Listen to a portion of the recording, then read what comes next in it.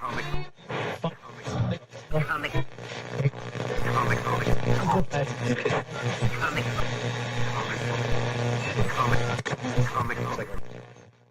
everybody, it's Weird Wink Wilkinson laughing and scratching at you. How's everybody doing today? I got a little bit of a stiff neck. Let me just fix this up. Oh, that feels a lot better. Well, I got a great show for you today with some wonderful weird stuff. I feel so very weird. There are some things in this world that go way beyond human understanding. Things that cannot be explained, things that most people don't want to know about. That is where we come in. No human being would stack books like this. I have come here to chew bubblegum and kick ass. I'm all out of bubblegum.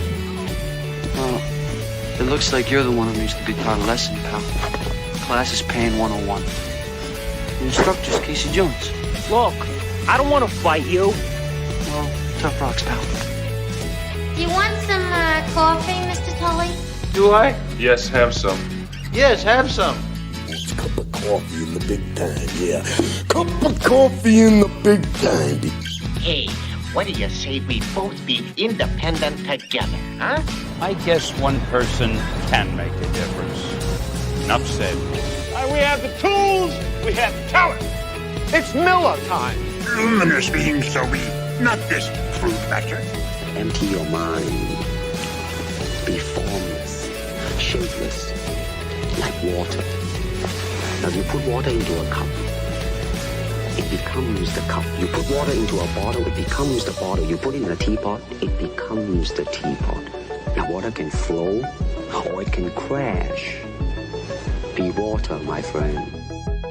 You, me, or nobody is gonna hit as hard as life. But it ain't about how hard you hit. It's about how hard you can get hit and keep moving forward. How much you can take and keep moving forward. That's how winning is done. Hey, these aren't my rules. Come to think of it, I don't have any rules. Well, that's great. Either I have a monster in my kitchen or I'm completely crazy. I don't think you're crazy. You know something? Maybe I am insane. Maybe I am insane.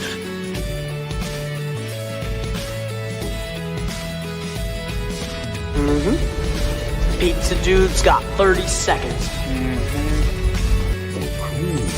Rise to the top, oh yeah. That's the nicest thing a dog can say about anybody. Human sacrifice, dogs and cats living together, mass hysteria. Enough, I get the point. You know what you need? You need a Brazilian plastic surgeon. I've got one that can see. Sometimes happens, someone has to deal with it, and who are you gonna call? It's showtime. All right, welcome to episode 270 of Comic Book Radio. I'm your host, Peter Cimetti. Tonight, my guest is JOHN'S LONGBOX. We're going to be talking about his comic book anthology, Heroic Tales, which the second issue is currently funding on Fund My Comic. You can find that link pinned to the top of the chat and also in the description of the show. And, you know, whenever John is either on my channel or I'm on his, we always talk about anything and everything. So I don't know where it's exactly going to go, but it's going to be interesting and it's going to be fun.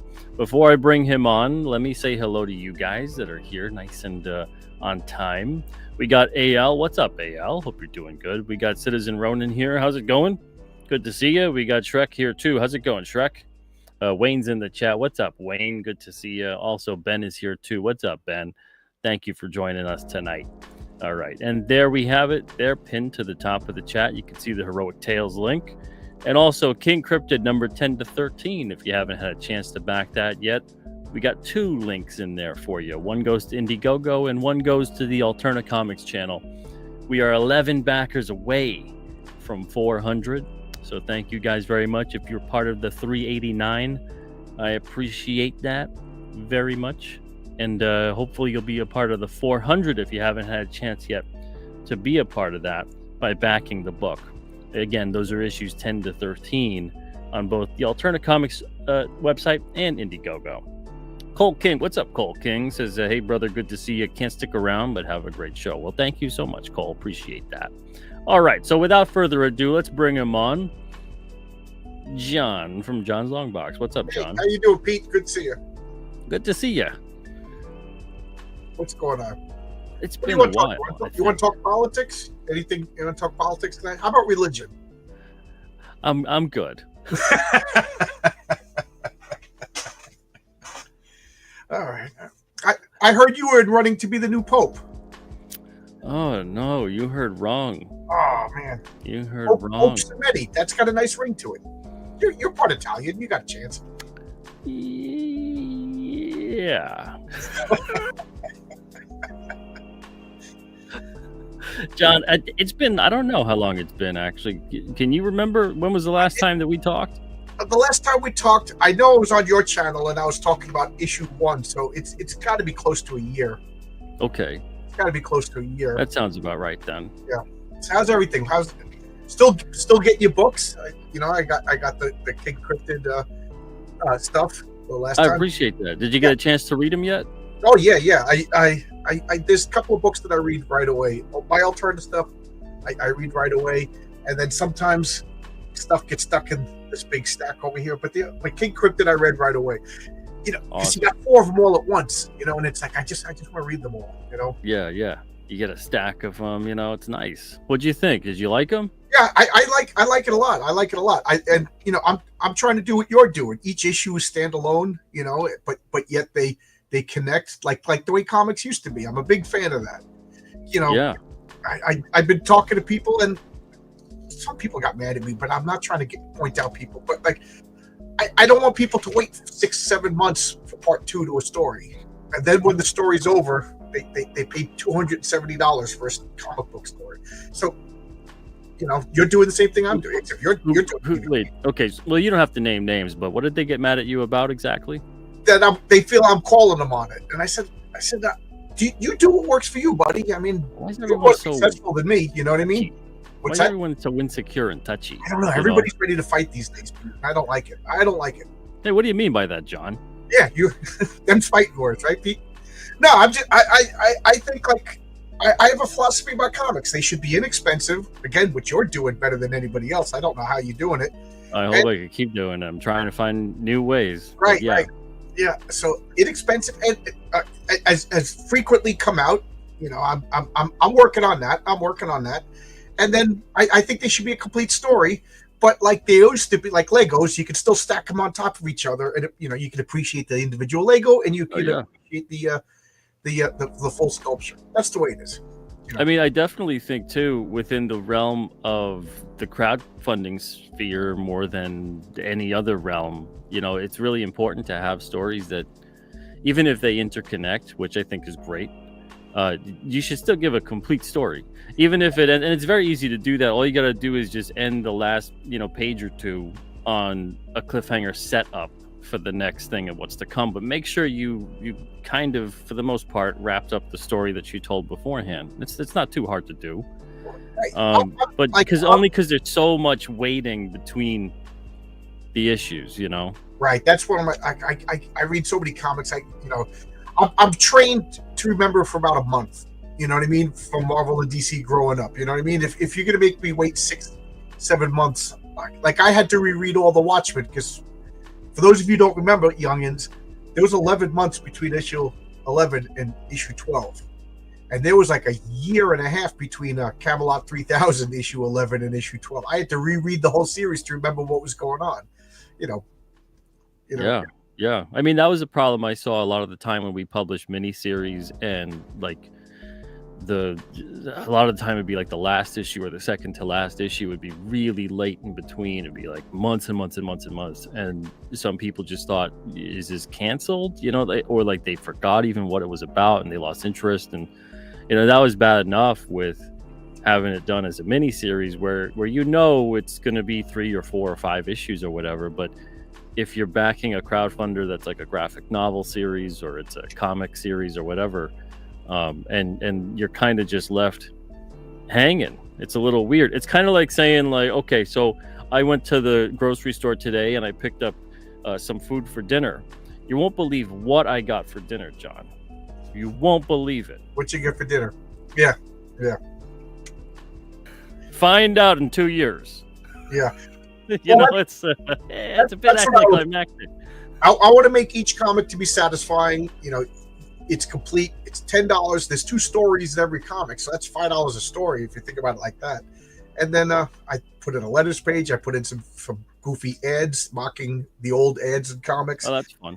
Yeah, it is fun. And then if you buy them all, you're going to see that I'm leading someplace. But I also want to do the Jim Shooter method, that every issue is somebody's first issue and bring you up to speed. Stuff that we're missing. Will I succeed? That's up to you guys. But I think I'm doing okay. It's funny. I keep trying to click on the comments. I keep forgetting I'm not on my channel. Yeah. We are streaming, though, to John's channel as well. So if you're on there, thank you for joining us. Shadowpunk says, you guys look like you could be in the same basement. Yeah, Pete's right over there. I'm going to go throw a pretzel at him. Pete, act like you got hit by a pretzel. Every time, this guy with the pretzels. If people don't realize that Longbox Comics and Alternate Comics are in the same basement, shut up, Pete, I'm streaming. Yeah, that's the thing that I love about having the ongoing kind of series. It gives you room to play with things as a creator. You can tell all kinds of different stories. It's hopefully entertaining that way to the reader. It's not just like, because that's the worst thing. You go in there and you have a big story arc you want to tell. Now you're committed to it. You gotta, right. That's it. And whether people like it or not, you gotta see it through. And again, you don't really have that luxury if you're putting like 1 or 2 issues out a year, as opposed to 1 issue every month or 2 issues every month sometimes. So if it's a stinker of a story, if there's an issue every single month, you're like, all right, in a couple months it'll be good again, hopefully. But like this, you're like, wow.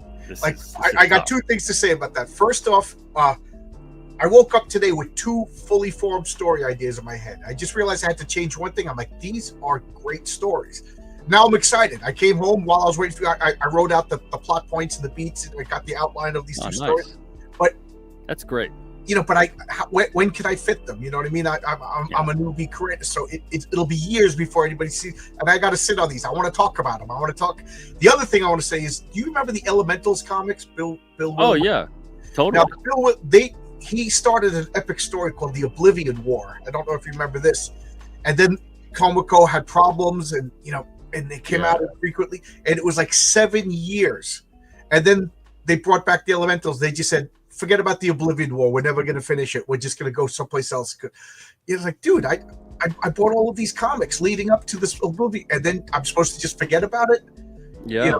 So then they had a fan reaction where they just, how the war was won, and they just kind of like, okay, this is what we were going to do all in 1 issue. And I was like, I never want to do that. So my compromise is, if I want to tell a longer story, I'm just going to make a bigger issue. You know what I mean? And still tell it in 1 issue. I do have longer stories, but right now all I can afford is a 30 to 40 page comic book. You guys, if you guys will help me out, I'll tell longer stories. Oh yeah. I say it all the time. Reader willing, I'll make as many King Cryptid issues as you guys want. I got a ton of stories to tell. I got at least 100. I had to. If you ever find yourself, you have to eventually just stop coming up with ideas because there's not enough time to tell all of them. Like I said, I had literally a brand new character. I heard a cool name. That's the way I don't know how you make your stuff, but I heard a cool name at work the other day. I said, that would be a good character. So I must have thought about it in my sleep. When I woke up, I was like, that's awesome. Another one is a character that I've had for years in my role-playing game. And I was like, how do I introduce this character? And I was like, this is a perfect short story, So I actually contacted an artist and I said, what are your rates? I can imagine you drawing this. I'm going to send you a script. Take your time because it's on the back burner, because I know you got another job and a wife and kids and stuff. And when it comes out, I'll hold on to it. Maybe I can stick it in someplace, because I'm excited. I want to write these stories while I'm still excited about it. I don't want to work 6 years and then I'm not excited, or worse, I forgot all the details. Let's realistic out of it. Yeah, it's better to at least get as much of it down as you can, and then you can always come back to it, add to it, revise it. all that good stuff. Where you're writing an anthology, is it centered around like a place, a character? How are you putting all of that together? So, for those of you who don't know, I'm on Pete's channel. First off, thank you guys for being here. I'm John from John's Longbox. I talk about comics. I started making a comic called Heroic Tales, and the debut issue,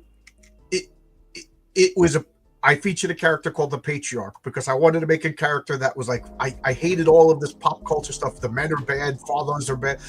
You turn on every TV, the father's the jerk. He doesn't know how to open. He opens up the soup, he spills soup all over the kitchen, and then the wife's got to, look at him. Oh, what would he do without me? So I wanted to make an homage to all the dads out there. I wanted to make positive masculinity. So I made up this character called the Patriarch. He's a father. He's a husband. He's a beloved superhero. He loves his wife. His wife isn't a shrew. They love each other. The kids are great.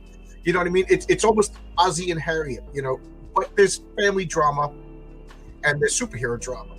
People seem to like that comic. Because my original thing, I wanted to do like Astro City, Kurt Busiek. Every issue was going to feature another superhero. Okay.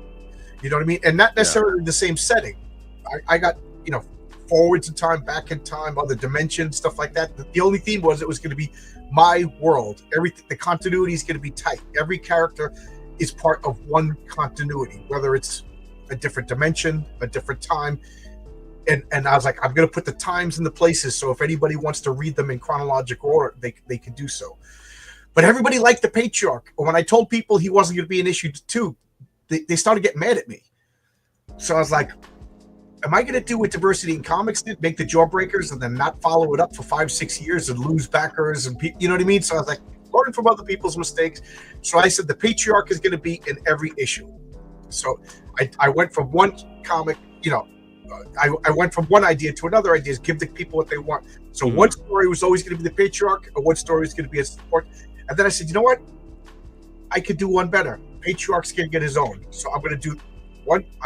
My next campaign is Patriarch #1. I got 1 million stories for him. And then Heroic Tales is going to go back to being what it originally was. 2 different characters every issue. So this issue I'm introducing Mary Sue. She's, where do you go when you're already perfect is her problem. Like, I'm goofing on the whole concept of a Mary Sue. Like, I'm looking at like the Scarlet Witch and Ray Palpatine, and I'm like, I'm going to make a girl, powerful character in my own way. Yes, and poor girl, the things I'm going to put this poor girl through. So a bunch of people have read it already, so it's really good. I promise you guys, it's really good. But so next issue is going to continue her story, and then I'm going to introduce another character. And because I'm so anal retentive, I think I'm going to go 2 issues, two appearances like that. So there'll always be one new character. Now, is this a parody comic, or are you telling it seriously? Oh, it's a full-on serious comic. It's a Bronze Age Marvel comic. I can't write humor. Like, I could talk to you and be funny, I think, but I've learned that I can't write humor because I don't have the right timing. Comedy is all timing. You know what I mean? So maybe someday I'll be good enough. But it's a full-on superhero. The way I describe it is it's Bronze Age superheroes meets Dungeons & Dragons with some H.P. Lovecraft sprinkled liberally throughout, and that's what it is. I want it to be like, I think Stipling's got the idea. He read my comic, but it's, just imagine it's 1986, you're going down to the spinner rack, and there's Marvel Tales, Fantastic Four, Thor, and then Heroic Tales right next to it, so it's Bronze Age superheroes. The good guys are good. The bad guys are horrible, actually. Somebody complained that one of my bad guys was too bad. I'm like, that's what bad guys do. The age the audience you're shooting for, or at least for it to be appropriate for. I would say it's a Bronze Age, so I would say like 12 and up, 13 and up. There's going to be no full nudity or anything like that. There's going to be sexiness. Like, if you didn't see it in Marvel in the Bronze Age, you're not going to see it in my comics. So there's no cursing.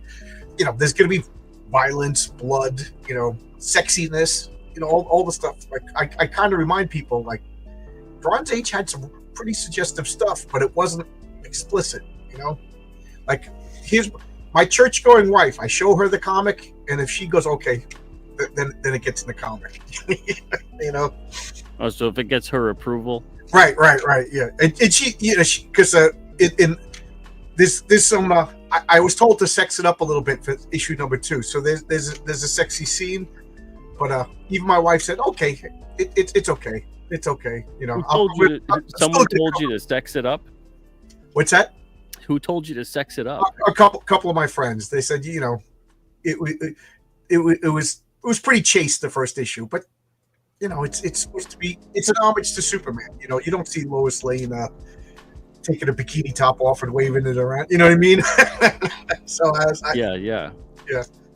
That's interesting. Were they readers of the comic? Like, yeah. And also keep in mind, my family reads this comic. My 12-year-old niece is making fan drawings of my characters, so it's you know what I mean. I got to keep that. Yeah, I hear you. Now, I do have another comic in the works that's strictly for adults, but that will be labeled and everybody will know. But Heroic Tales is blue sky, Bronze Age superhero fun. Like I could see King Cryptid hanging out with the Patriarch and Mary Sue.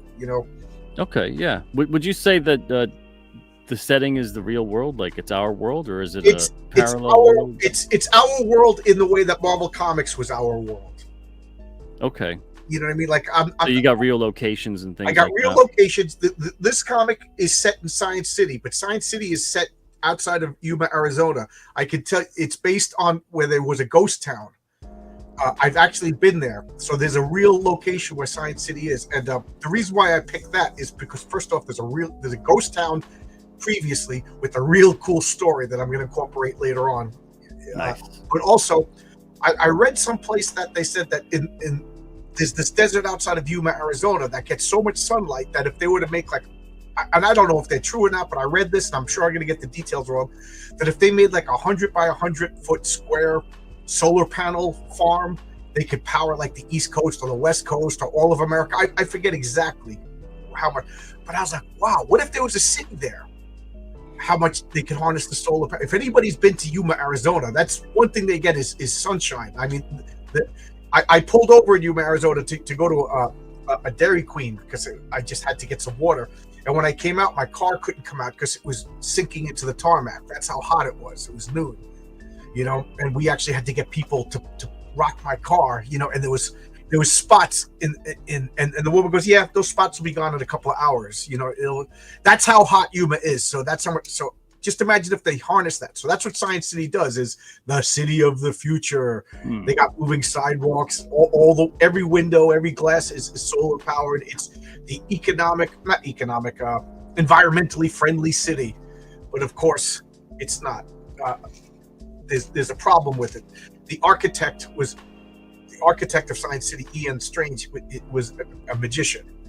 And he used ley lines, and he made a magic glyph as the outline for the city.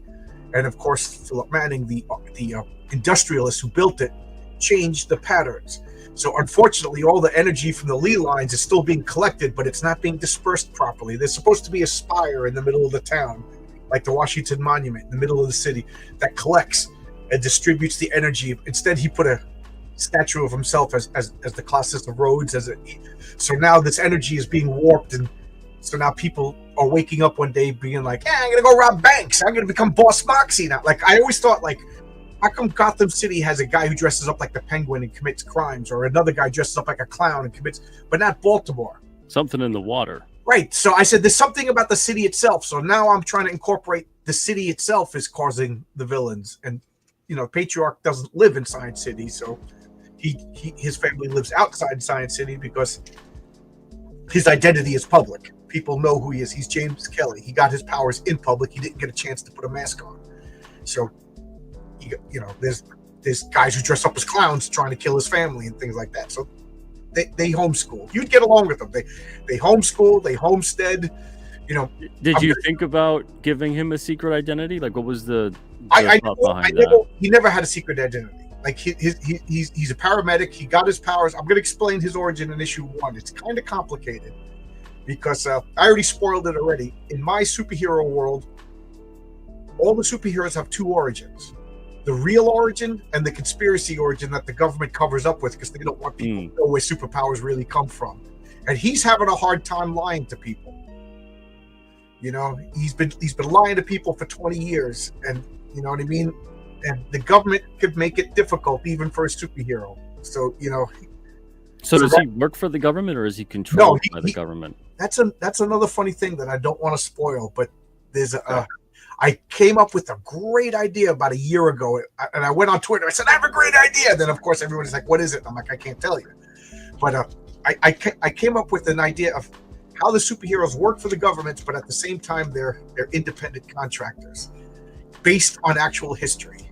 So that's my spoiler. It's all will be revealed in Heroic Tales 1. I'm actually going to make like a fake newspaper article explaining it, you know, like from the 1800s. Huh. Is this taking place now, or is it in Yes, the past? The first issue was Father's Day of 2024. That was the name of the story, Father's Day, and it was June 16th, 2024. And every issue is going to have a date on it. And Heroic Tales 2, the Patriarch story, is literally the day after. So it's the 18th, because he kind of got beat up in the first issue, came home, took us, and then now he's just like, I'm just gonna stay home today. I'm just gonna stay home. I'm too beat up from last issue. And the wife goes, oh, great. The kids are dying to see you. We're gonna plan the day. You know, they live on a farm. They're homeschooled, so they can rearrange their schedule. She goes, I'm gonna take a shower. I'll start the breakfast. We'll wake the kids and blah blah blah. And when she comes out of the shower, he's gone because he turned on the news, and he's a good guy. You know what I mean? Something happened. Yeah. So she's standing there, and like a good wife, she's not going to bitch at him. She's not going to yell at him or anything like that. She understands something happened, and he needs to take care of it. Why? Because he's a good person. You know what I mean? But there will be family drama. Like, the kids are going to be like, Dad, can we leave the farm? Like, are we prisoners? You know, I'm 19 years old now. There's nobody on the farm.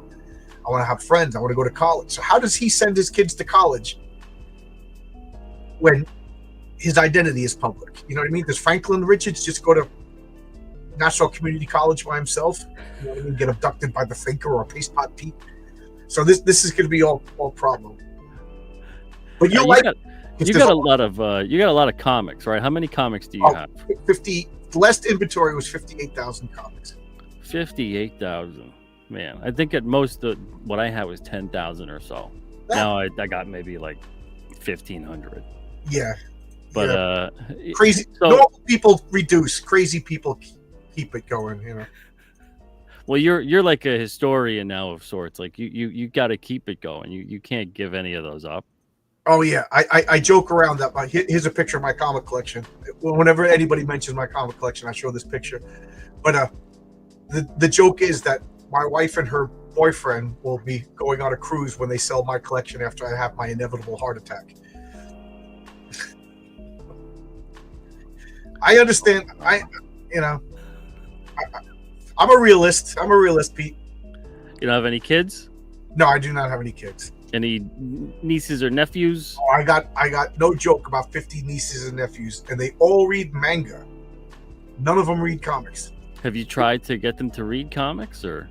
Yeah, I've given them comics. I've given my young nieces and nephews Baron Rat and things like that. You know what I mean? Pete made a couple of child-friendly comics, and I gave them to them. I bought them comics. They like comics. It's not that they dislike comics, but what are they going to do? They're going to get in a car, drive across town to look for a comic book shop, and then they go into the comic book shop and, you know, where's Iron Man? Oh, it's a 14-year-old girl named Riri Williams.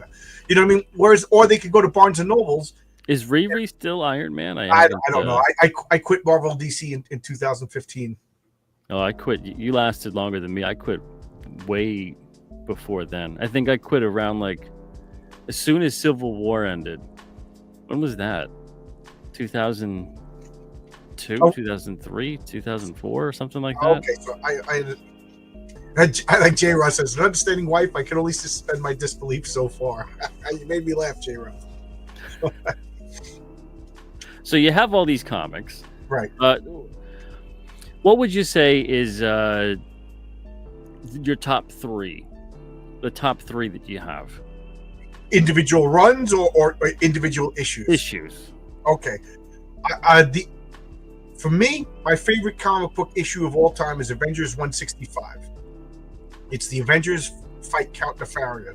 It's written by Jim Shooter, drawn by John Byrne, and I think the inker is Pablo Marquez.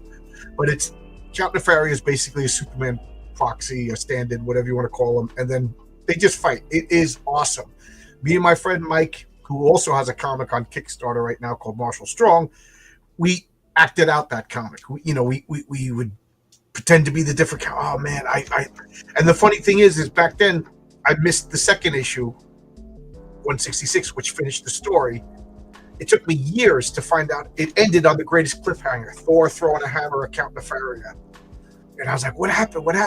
But we missed it. This was before the comic book stores, so we stumbled upon it later on, and I'm like, okay, yeah. But I love that comic. Oh my god. My second favorite comic is a Hitman Hitman by DC by Garth Ennis, drawn by John. I can't remember his name. That's gonna drive me nuts. But it's Hitman Tommy Monahan. He's literally a hitman. He's on the roof smoking a cigarette. I didn't give the issue number. Issue 34, and Superman flies down. So Tommy Monahan, Hitman, meets Superman, and Superman is like, "You look lonely. Do you want to talk?" The guy's like, "Of course I want to talk. You're Superman." And then he's like, "Do I have to put out my cigarette?" He goes, "No, I'm doing it." I just like it that this hitman is not like, I should behave. Superman's, and they have this conversation about what it is to be a superhero, what it is to be an immigrant, what it is to do the right thing at, when things are tough, living up to expectations. And it's such a deep conversation. This comic, I must have bought like 15, 20 copies, and I give them to people when they say, "Why do you like comics?" I'm like, "Read this." It is the most pro-Superman, pro-American, like just pro-hopeful, positive comic. And then the funny thing is, Superman flies away, and Tommy Monahan finishes his cigarette. He goes, "What a cool guy. I met Superman. How cool." And then he reaches down, he takes out a gun, and he snipes the guy. He's a hitman after all, you know what I mean? But Superman's getting X-ray vision. It is such a good comic. And then the next issue is about vampires. It's a horror issue. And the issue before, I don't even want to talk about it. It was so stupidly, hilariously, childishly funny. Like in a span of 3 issues, Garth Ennis had a stupid, what's the term, like a slapstick goofball comedy issue that is just ridiculously funny, a poignant philosophical, and then a horror comic. Hitman by Garth Ennis by DC Comics. It starts out a little bit rough because the DC editorial was dictating what he could do, and then they left him alone around issue 12. It is so good. It's one of my favorite runs. And then my next is got to be I think when Odin fights Surtur in the Walt Simonson 4, and I don't want to spoil it, but okay. Odin Surtur, the Walt Simonson story, and fall into the ravine. Oh, that's a great run. Such a good. I mean, I could go on and on and on about some of my great, but you asked me my top 3. Those are probably my top 3. Yeah, honestly, I couldn't give you an answer to that question. I don't remember the issues I loved by number. Oh, really? No. I only know. I'm impressed that you could. Because I'm not joking. I probably reread those issues. The Avengers one I probably read in the hundreds, because at that point I didn't have many comics, and when you were a little kid, you bought a comic, you read it, and then you read it again, and then every day you reread it. Now I can't afford to I don't have enough time to reread a million comics, which is why I don't want to go back 9 months ago and get your comic out again. To finish a story. That's and it's not against. And again, I'm not hurting crowdfunding people. It's just the nature of the beast. I just don't want to do that. I want you to pick up my comic, enjoy it, read it, go like, "Oh, that was good. Oh yeah, he referenced this. That was cool." And then maybe you want to go back and look at something. That's fine too. But I don't want you to be required to go back to finish this story. Yeah, well, whatever works for the storyteller, and if people don't mind that, then they don't mind that. If they do, they do. It's just, I don't know. We live in strange times. Right. And we live in times when nobody minds their own effing business. You know what I mean? Like, why you? Yeah, well, it's the nature of the beast, right? I think I don't even think that we we allow people to mind their own business nowadays, where everyone kind of just regurgitates every thought immediately onto social media sometime, and then just things spiral out. I understand that human beings are social animals, that we evolved as pack herds, and us versus them is an evolutionary way to stay alive. Back in the majority of human history, I needed to have my people over here, and when you people attacked, we had to rely on each intrinsically. You know what I mean? And when those people were starving, we couldn't share our food with them, or that would kill us. You know what I mean? We had to evolve this, like, they're the other people, and the other people are allowed to die. But now we don't need this tribalism as much. I do believe that a certain amount is healthy, but like, oh, you talk to this guy online, so now me and you can't be friends because you're friends with that guy. It's like, dude, I'm just John's Longbox. I just want to talk to people about Captain Marvel. You know what I mean? Like, I didn't join a cult. I didn't join a faction. My faction is comic book people. I thought we were all comic book people. Like, I don't like what's going on online. I dipped my head into the drama thing.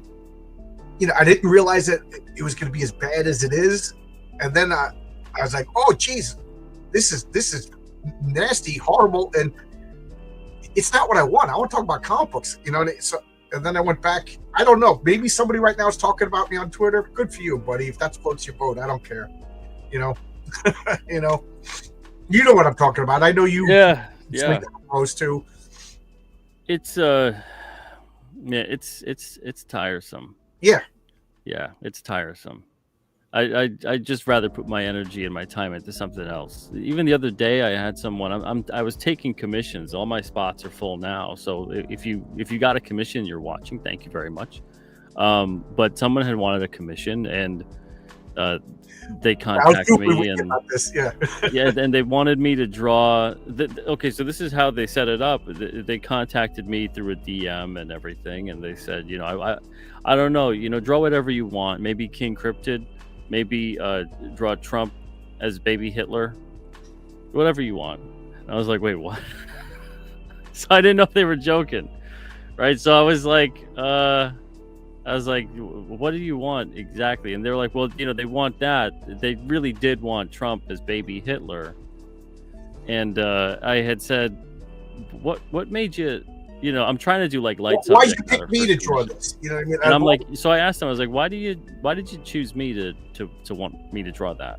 Only because like I don't draw political cartoons. I'm not even like offended necessarily by the subject matter. It's just when I make commissions, I want to generally just have a fun time drawing something nice for someone, and this person like doesn't like Trump, and I'm like, well, why would you want to own a piece of art of like two individuals that you hate combined into one? That's kind of strange. It's so dated. You know what I mean? But like but then it was odd to me, only because like I don't draw political cartoons. I don't really draw anything political. I mostly just draw like cryptids, monsters, and superheroes. And so I'm just thinking, like, there's so many people out there that probably they could contact that would draw that do draw that kind of stuff. I would love to draw that, yeah. And so they said that I should be doing my part to fight GOP fascism. And they said, well, maybe you can draw an artist cowering in the corner, which I was kind of like, are you trying to like poke at me with that? And then they said, or draw King Cryptid, whatever.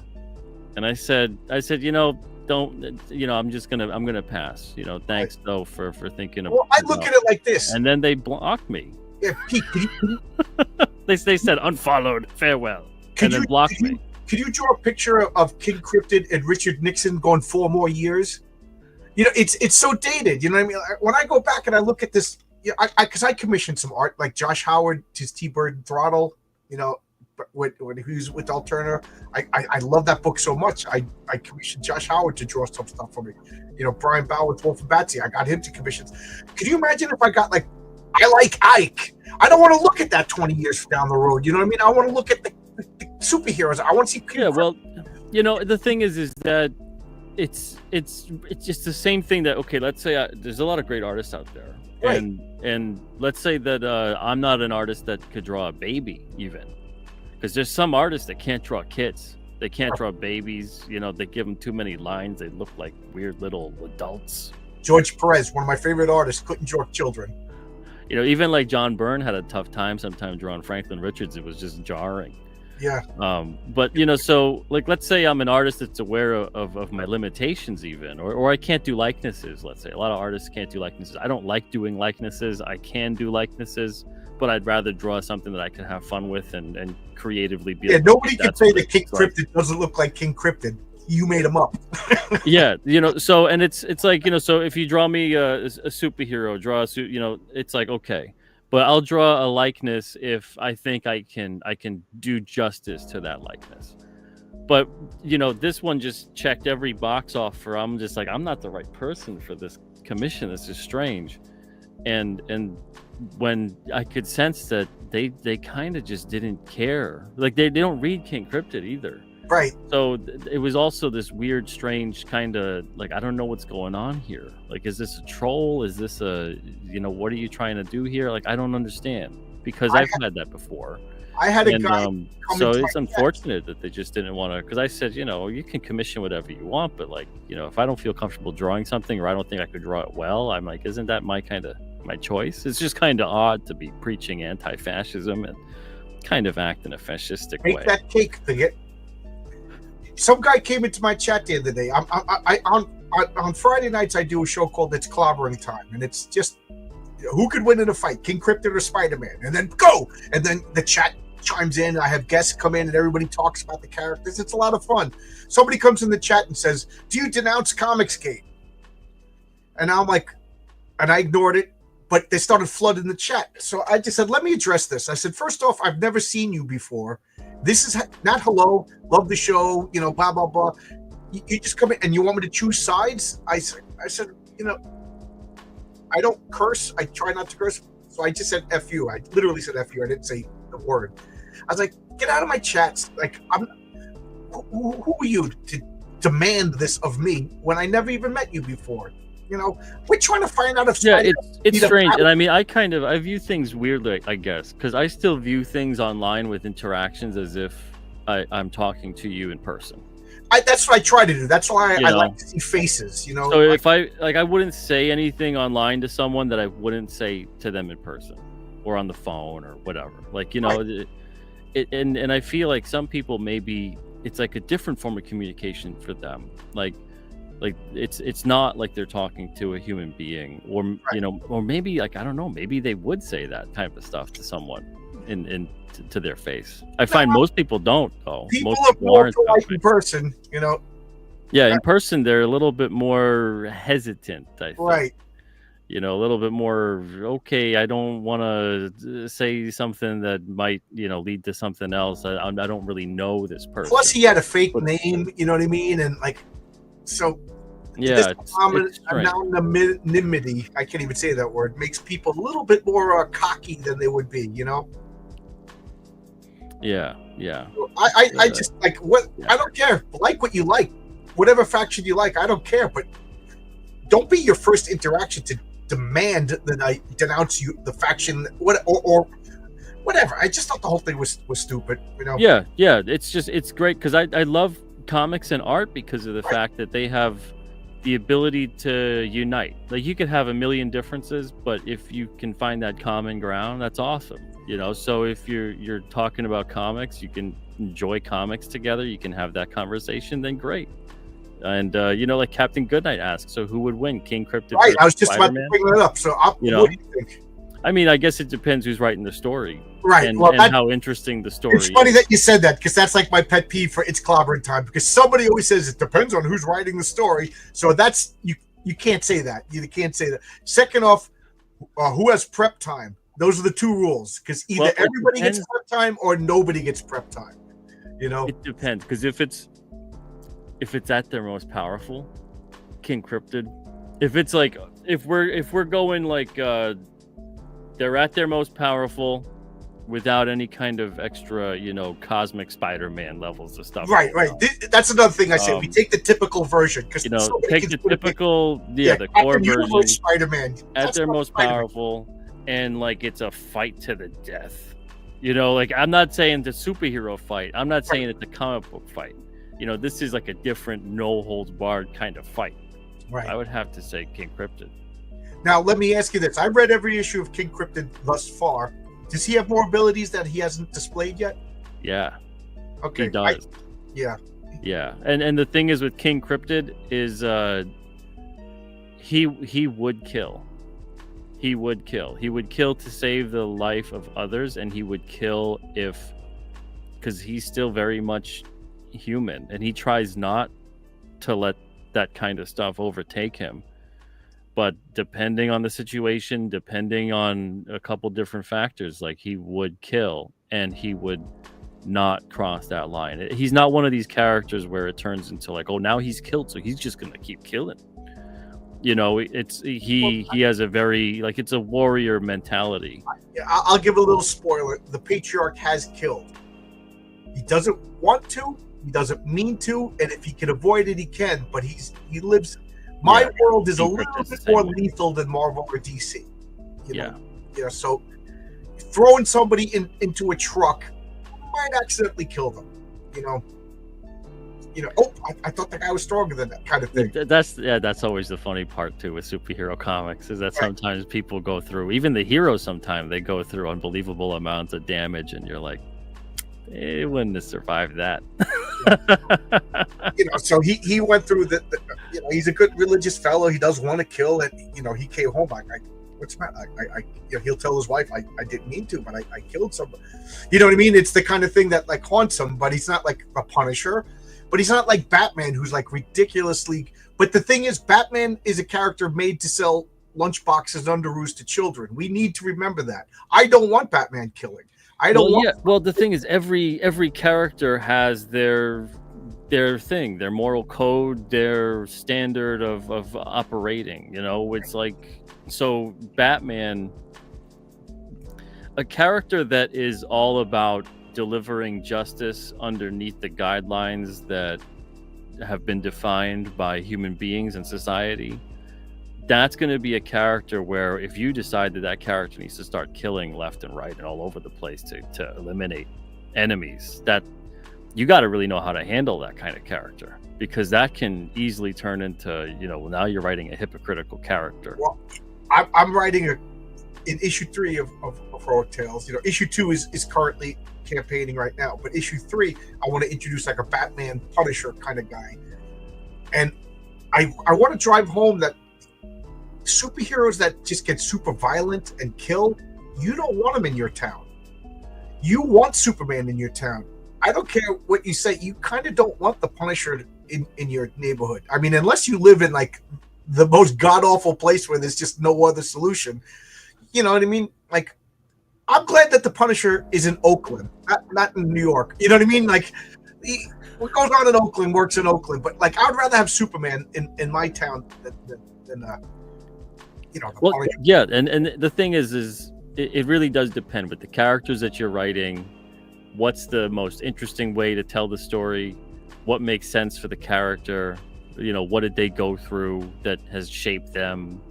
What kind of characters are they up against? The thing with the Punisher and a couple other types of characters, even like something that drove me nuts with the Superman Doomsday story was like, where is everyone else? I know that there were characters there. There was like the Justice League B team essentially was around, but like, where was they? All showed up at the funeral. Where was everyone else when everything was getting level? Two problems with Superman Doomsday. It's first off, I was insulted because I knew Superman wasn't going to be dead forever. That was really the first time I was totally aware that it was a gimmick. Before that, I'm like, but like, because when they killed off Robin, I was like, they're going to kill off this Robin, they're going to bring another Robin. So it's going to be shocking. There's going to be but I knew within a year Superman was going to be back. So I was insulted by that. Second off, did Doomsday have an ability to make Superman stupid? Because he just fought like a jerk.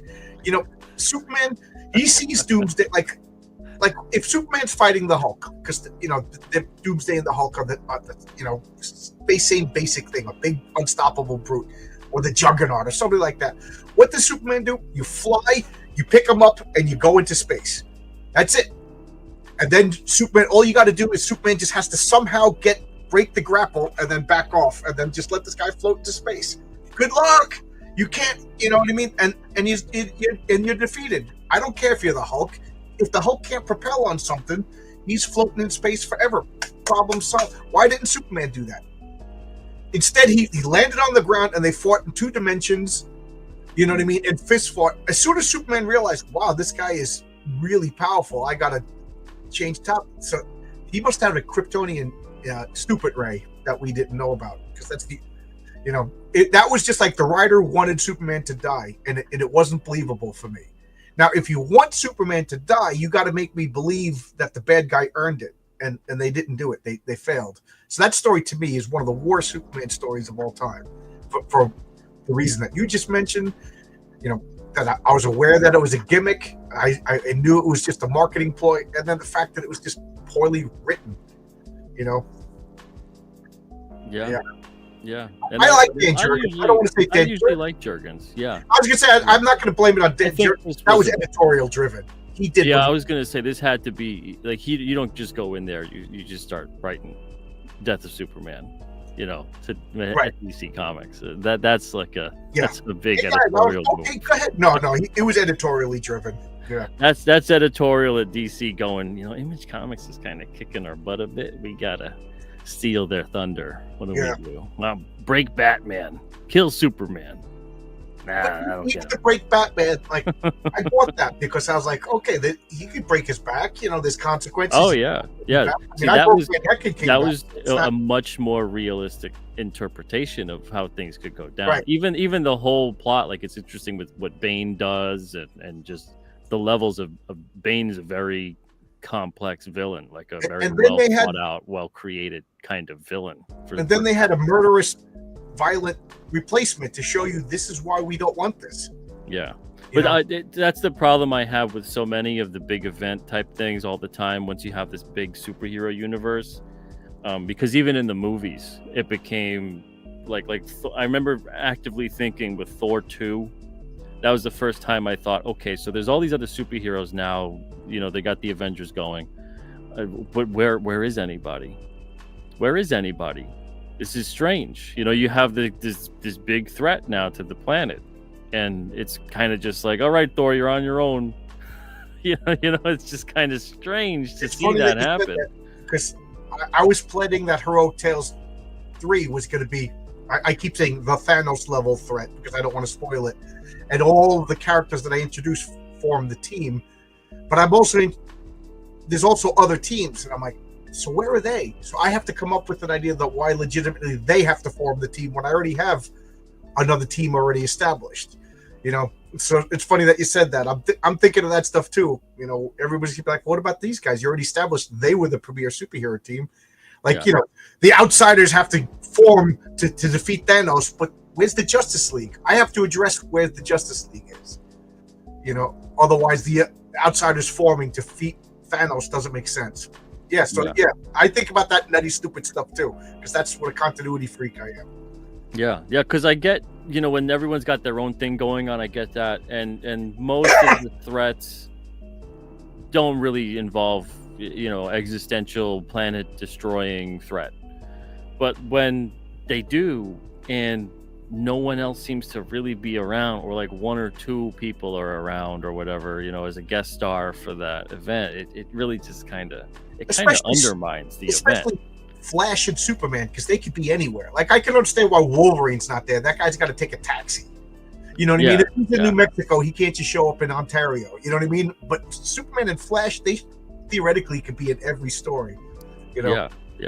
And then that's the other part about it too, is that once you have these big, huge events all the time, it's just completely interrupts the flow of the actual series. Oh yeah, you're talking about these companies. I just was thinking about like a big threat within the comic book, like Galactus showing the Fantastic Four. Where are the Defenders?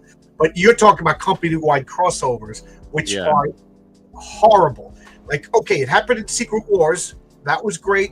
Everybody liked Secret Wars, the first one, Well, and it was kind of like, take these guys, remove them a bit from the scope of reality, put them in like another dimension, and they exist there, and what happens in the Beyonders world stays in the Beyonders world, basically, and then there's aftermath, type stuff from it. But they also coordinated it so the consequences were in all the comic books, you know what I mean? But that was the first time it happened. then it was just like every third issue was like Atlantis attacks. Rubik's Cube goes nuts. It's just like now you're just breaking the flows of established stories, and event fatigue was a real thing. Did anybody care about the Dominion War in DC? Does anybody even remember the Dominion War? What I mean? Like, save it for something that's good. Or Fear Unleashed. And now you got to buy 27 spin-offs for a poorly made, poorly executed. Yeah. Well, like I said, that's why I was done after that Civil War War stuff in the early 2000s. Because I was chasing off. Because at one point I was collecting everything by Marvel and everything by DC, and I was just like, I think it was Fear Itself was the name of it. And I was just like, do I even need these? They're never going to be referenced again. They're not important. It's kind of poorly, and that was like one of the last things. And then it was the Secret Wars 3, and they said the Marvel Universe, 1961, 2015. And I was like, oh, okay, this is a good end of parentheses. I'm done. And it just felt like a good jumping off point. And then the DC was the New 52. That was a good jumping off point because DC was easier to quit than Marvel because they rebooted every 5 years. To me, I like continuity. Like I this was like a revelation. I only learned this like 3 or 4 months ago. But what's his name? Henry Cavill, the actor Superman. They were talking to him and he just brought up Warhammer and he was like, oh, and he got all excited. It was really cool to watch him transform into like a regular, I'm an actor. And then he was like, oh, well, you want to talk Warhammer? And he turned into a geek. And he something that was like, if you don't like all the nerdy little details and all the lore and all the continuity and how this interacts with that and all the niggling little details, you're not a fan. He goes, that means you're a fan. And I realized that's what I was. Like, I like the Defenders. I like Spider-Man. I love the Fantastic Four. Yeah, I like the interaction of the personalities. I like, them. Sometimes they don't get along. Sometimes you have characters that do get along. What I like there's different things that occur. Yeah. That the Thing went to this island that was, I'm making up stuff here, that was owned by Arcade back in 1979. And then Spider-Man went to that same island. And they're like, wait a minute, this was Arcade's island, and now it's Lord Havoc's island. I'm making stuff up, and they reference all of the content. I love that. And what got me to quit Marvel was they started hiring celebrity writers who were just tourists. The big example that I bring up is Nahisi Coates. What the hell was his name? Yeah. Yeah, he was writing. Wasn't he on like Captain America or something? Right, Poet Laureate or whatever. And I didn't even make it to Captain America, but he was writing Black Panther. And I'm like, this guy doesn't know Black Panther history. He's rewriting Wakanda history. Yes, Wakanda is a fake place, but it was made by Jack Kirby and Stan Lee. How dare you change Jack Kirby and Stan Lee? I think that's why so many writers, not just like that level of hire that came in, it turned into their version of I call it lifting the leg. Their version of events and retconning in a way with a bunch of things, or having. By the way, this is where we announced that I'm going to be writing issue 20 of King Cryptid, and I'm putting my total spin on it, and I'm changing the character. And have a purple law. You know what I mean? Like, you wouldn't want that done to your character. I wouldn't want it to your character. No. But Ta-Nehisi Coates, like, he came and he left. He lifted his leg. He peed all over the Black Panther and then left. And now where is he now? You know what I mean? He didn't do anything last year. Well, back to the realm that he was in, which was like books and like political and now he's just like, and stuff like that. I did comic books. That was a cool little feather in my cap. You don't love comic books. You don't have put up my picture in my comic book room. You don't have a comic book room like this. That's I think stuff like that is kind of the perfect example though of when these companies in comics have this sort of inferiority complex, and they're reaching over to what they think is going to get them legitimacy and validation and an audience and all that kind of stuff. And they do that instead of just going, we love the audience that we have. Let's just own that and lean into that and just keep giving people more of the stuff that they love. And that's, this high fantasy, absolutely superhero, action, adventure, mystery, sci-fi kind of stuff. Don't you think you should change King Cryptid to capture the transgender audience? No. You're absolutely right. But the thing is, though, the thing is, if someone of any walk of life loves and enjoys the King Cryptid story, I'm all about it. Right. You know, I got arms wide open for him. Like, yeah, Absolutely. let's nerd out. Let's talk. You know, if you're into cryptids Stan and Lee I was don't a care remarkable who person. you are. You know, No. it's when it turns into like the imposition of, you know, have it like this to appeal to this audience. First of all, that's a real deadly game to play. It's a very dangerous game to play when you're creating fictional characters too, because the only reason anyone's going to love your fictional character that's been around for so long is because you treat them like they're a living, breathing person. Like, you're not reading fiction of some character. You're kind of like tapping into like the day in the life of.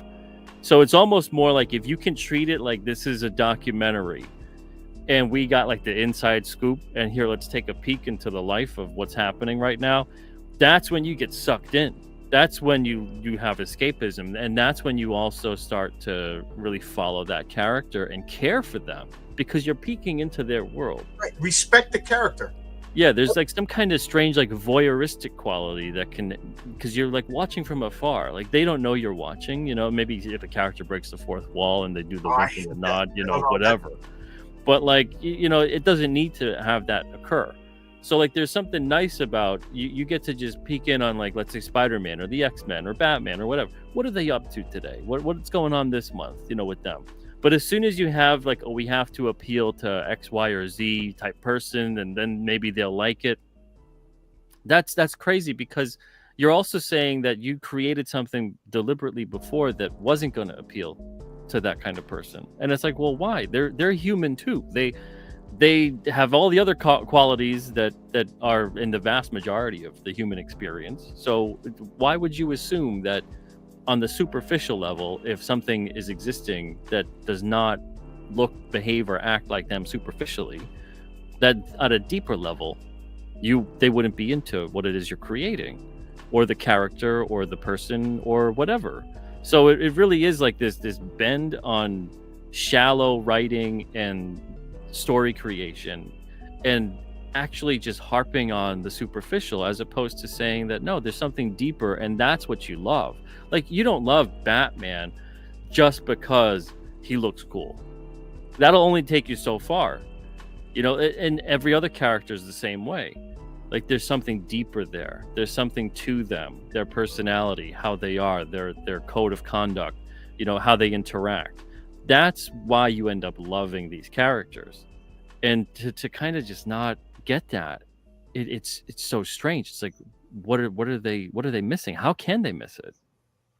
Well, just because these people writing the mainstream, not us, this is just, oh, we like comics now because they're cool, you know. Like, I you know, they would have been the people teasing me back in high school for bringing comic books to school, you know. Yeah. The story, I remember I made friends with a guy, and we were talking about punk rock. I was really into punk rock, and I brought in some Dead Kennedys albums, stuff like that, to school. And as I was giving them the records, this girl, she goes, "You like that stuff? That's, you know, that you know, I don't want to repeat what she said it was, but you like that stuff?" I was like, "Yeah." She's like, "Oh, that's for freaks." And then like 5-6 years later, I saw her at a bar. Man, did she fill out? She was awesome. She had this mini skirt on, legs, you know, with stockings on, and she goes, "John," and I'm like, "Oh, Marie," and she's like, "Yeah." And my friend Terry is just like, whoa, look at that one, you know. And she was smoking, I'm not gonna lie. And I come up and we start talking, and she's doing the whole touching my shoulder and everything like that. And I am so petty that I was just like, "Yeah, but you used to make fun of me in high school because I had all those Dead Kennedy records," you know. She was like, you know, it was just like, "Oh, but I like punk rock now." Like, she had some sort of like Bad Brains patch on her shirt, and I'm like, because you like it now, because it's cool, because you're in college, because it's cool, you know. And my friend Terry's like, "I've never seen anybody go out of their way to mess up a hot chick hitting on them." Yeah, I'm not petty, but that's the way I feel about the comic creators. They don't love them, they don't respect them, they like them because they're cool, when they're cool, because they're cool. You know, Ta-Nehisi Coates, where did he go? He trolloped in, lifted his leg, peed on the fire hydrant, and left. You know what I mean? do you think he thinks about that fire hydrant anymore? Well, there were strange decisions made, especially during that time period. That felt just very odd, across the board. What Geek said, I totally missed the show because a wildfire is up the road. I hope you're okay. Yeah, I hope you're okay. I hope everything's all right. Geez. Yeah, that kind of puts my silly little peeing on a Fantastic Four comic book in perspective. But that's the thing that I really love, though, about the independent stuff and with the way things are going with indie creators, is because for some reason with the mainstream books and there's so many of them that I still love, and the characters that mean something to me in the version that they were. There's so many things that occurred with those companies and with those lines of stories and characters that just went into such weird directions that it's difficult to see that really happening with indie creators, especially because in this realm, like what I'm doing with King Cryptid and doing ongoing series type of stuff, like that's kind of an oddball thing. Most indie creations are one and done. Maybe you get a couple that are like it's a mini series, or maybe they hope it's an ongoing, but they make like 5 books and then eventually tap out, or another idea takes hold and they go on to that. But there's not that same level of this forced mindset of we have to get all these books out. We have, the editorial oversight. We're owned by a bigger company and they need this IP being pushed. There's not like the 100 different moving parts. It's more like you can get a story, hopefully, from a person who really wants to tell that story and really cares about those characters. Yeah, well, they're putting up their own money. They're putting up their own time. And they own it. If they want to change it, that's fine. I got no problems, with I'm trying to think of somebody. If Billy Tucci wants to totally change that's his character. That's his toy. He can do that if he wants to. And and if, what I mean? If whatever, Eric July wants to totally change Isa, that's his character. He could do that. I totally respect that. But I don't want Pete Samedi to take over Superman and then have Superman become a cannibalistic, murderer or something, like, what I mean? Like, and then just go back to King Cricket. Well, I just, got that out of my system. You're like, dude, that was Superman. Like this is. And that's the other part I don't get too, is that, okay, you have these established characters. They are the way that they are. You need people to write for them that understand that that's them. That's who they are. If you can't find the voice for that character, you're the wrong writer for it. There's someone out there who's the right writer.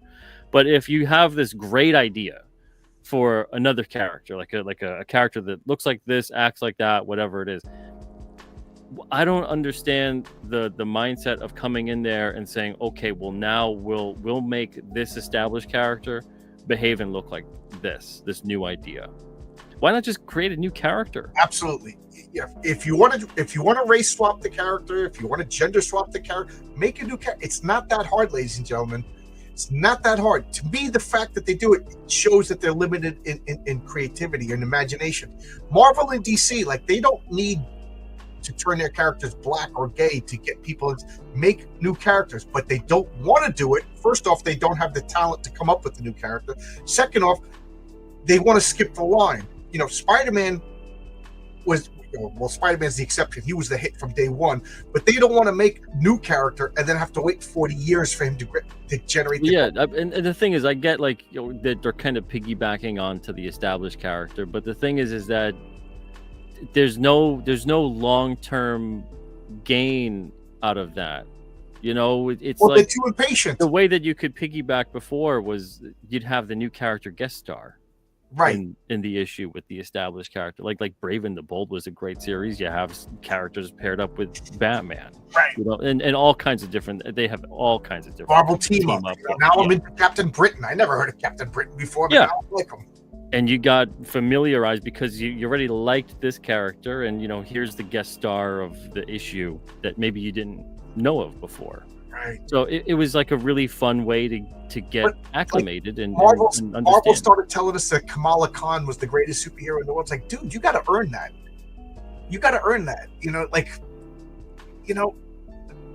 it took it. You know, the Fantastic Four was the greatest magazine. It earned that. You know what I mean? Like Well, I don't know. I mean, they put that right on issue 1. I know, but that was just salesmanship. Stan Lee created a character called Black Wolf in the 80s.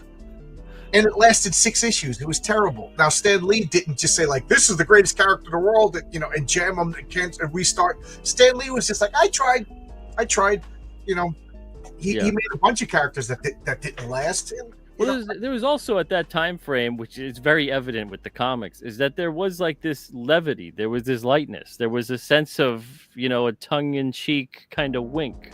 You know, at like we were all in on the joke together kind of feel. Right. And then I open it up and it's Joel Sinnott and Jack King Kirby. And yeah, like it was like and then you read the greatest hero to ever grace the pages of, you know, whatever. And you're like, it's like, Pete, we really goofed up over here. And then John wrote a letter and told us why we didn't goof up. We're going to send him it really made you feel like you were all part of this club. You know, it was a lot of fun.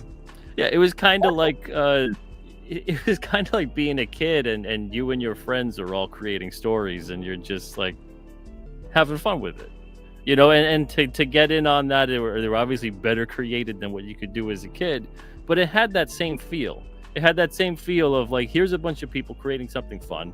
If you like it, great. If you don't, hopefully you try the next one or a different issue. I'm sorry, that issue wasn't up to snuff, true believer. Next issue will be right up to, you know. So I try to do that. Like I don't know if anybody has ever given you a bad review of any of your comics. I generally, my first comic was well received, and the few criticisms that I got, I actually agreed with. But there was a couple that I just thought were like, this is just attacking me rather than the comic book. So I was just like, true believer, the next issue will be, you know, I'm not going to start fighting with people. That doesn't sell comics. You know what I mean? That doesn't garner. Yeah, absolutely. You know, off the camera, I'm like, they don't appreciate my genius. Turn on the camera. Oh, okay, all right, next issue will be better. You know. Well, that's the thing, though. When you're creating, you know, you don't want to live and die by the praise and the criticism. Well, you listen to it, you appreciate the praise, you know, and you listen to the criticism if there is any, and you know, maybe something's useful, maybe something isn't. I heard some pretty useful stuff. I got to admit, I'm like, oh yeah, that's a good idea. I didn't think of that, you know. Yeah, but if you're gonna be living and dying by it, it's not. I'm humble enough to know that I'm not the best at anything. You know, all my hobbies. There's somebody. I play board games. I lose 9 times out of 10. You know what I mean? So when the guy's like, you should try this strategy. So I'm making a comic book. I like it. I'm really proud of my issue number 1. I think it's a really great effort. First off, the art and coloring and the lettering is awesome. The only thing I think you can criticize is my writing, but I'm a rookie. You know, it's my first issue. I know I got room to grow. And was number 1 your first issue of anything ever? Yes, it's my first comic. Okay. So, and,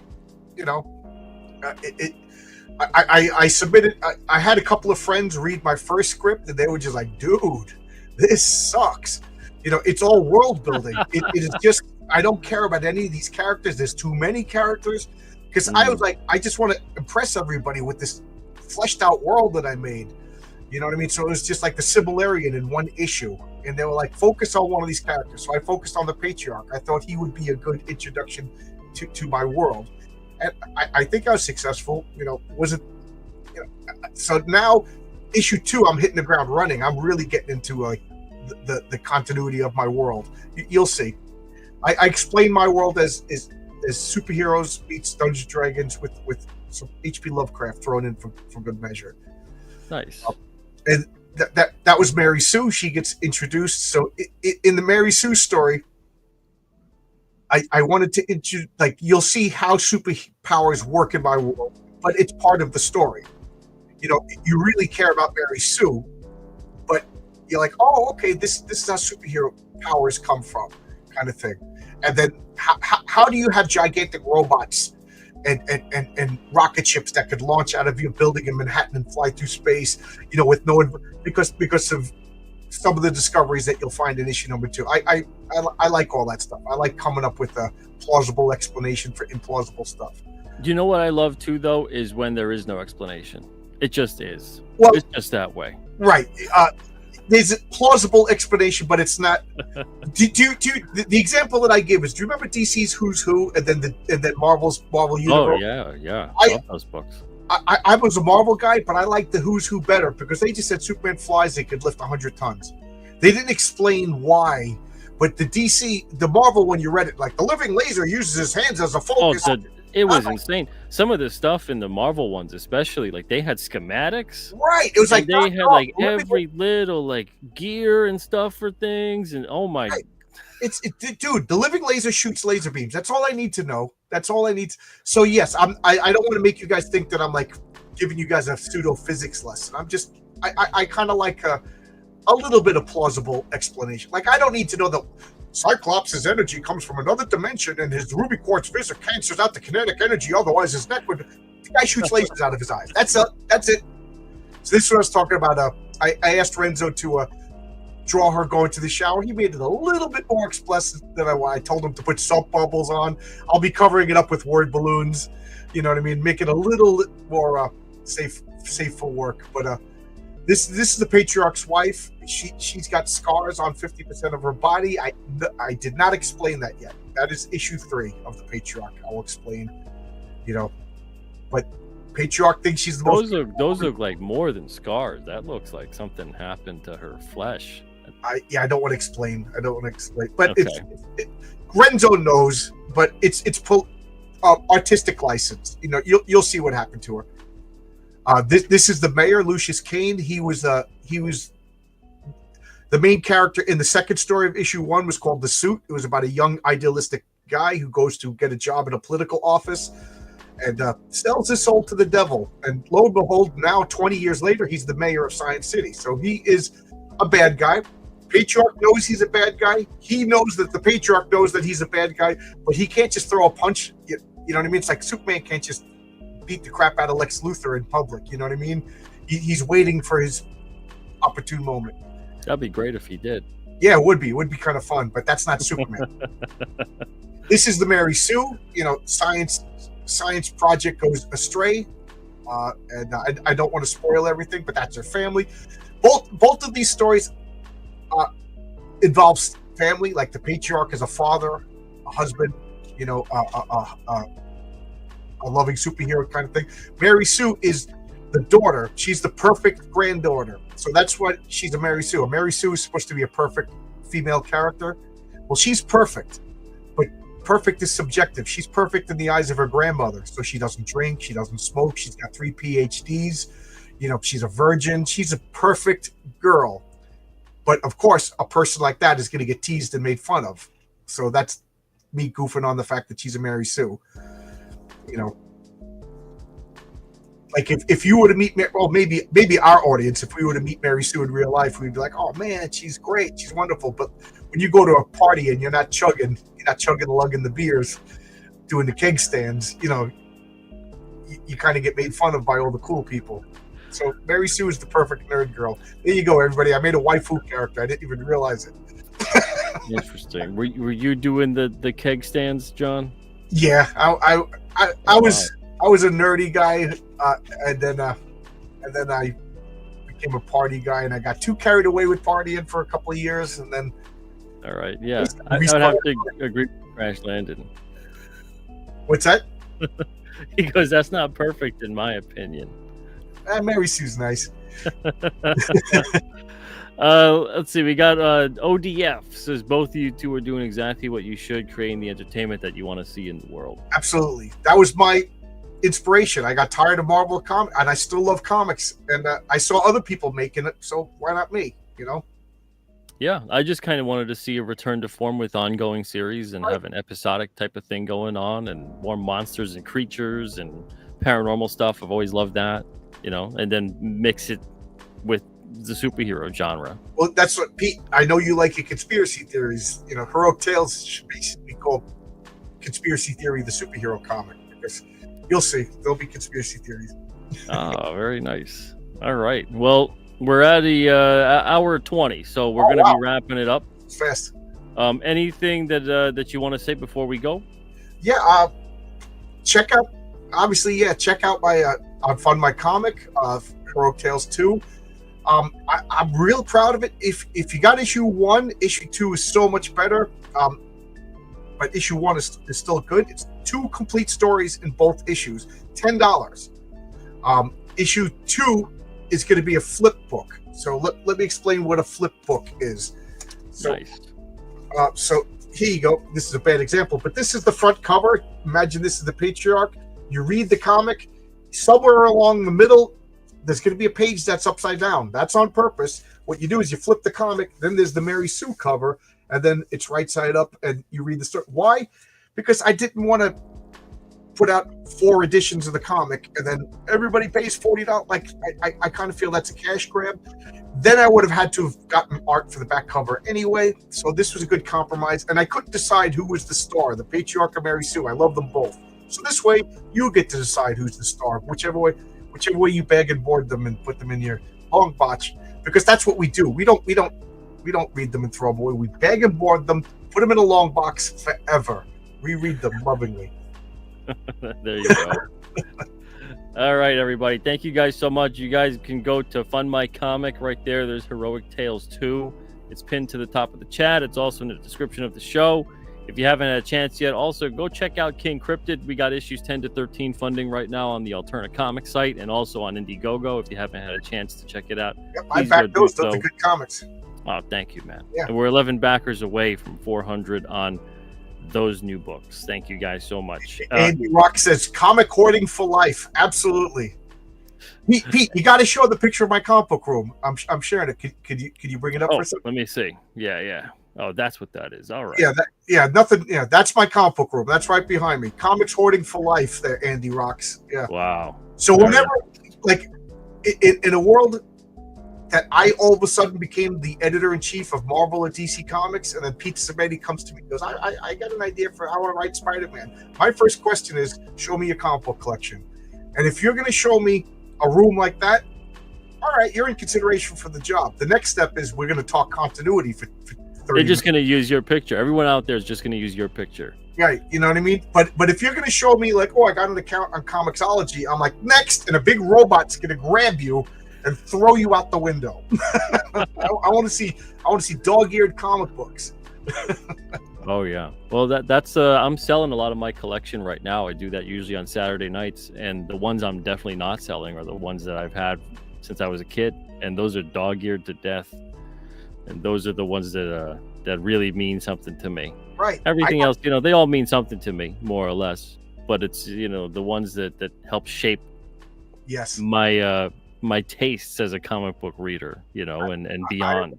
I have a cousin that all of a sudden collects comics, and he starts telling me, you got to get this. It's a key issue. And he said, Peter Parker Spectacular Spider-Man number 27.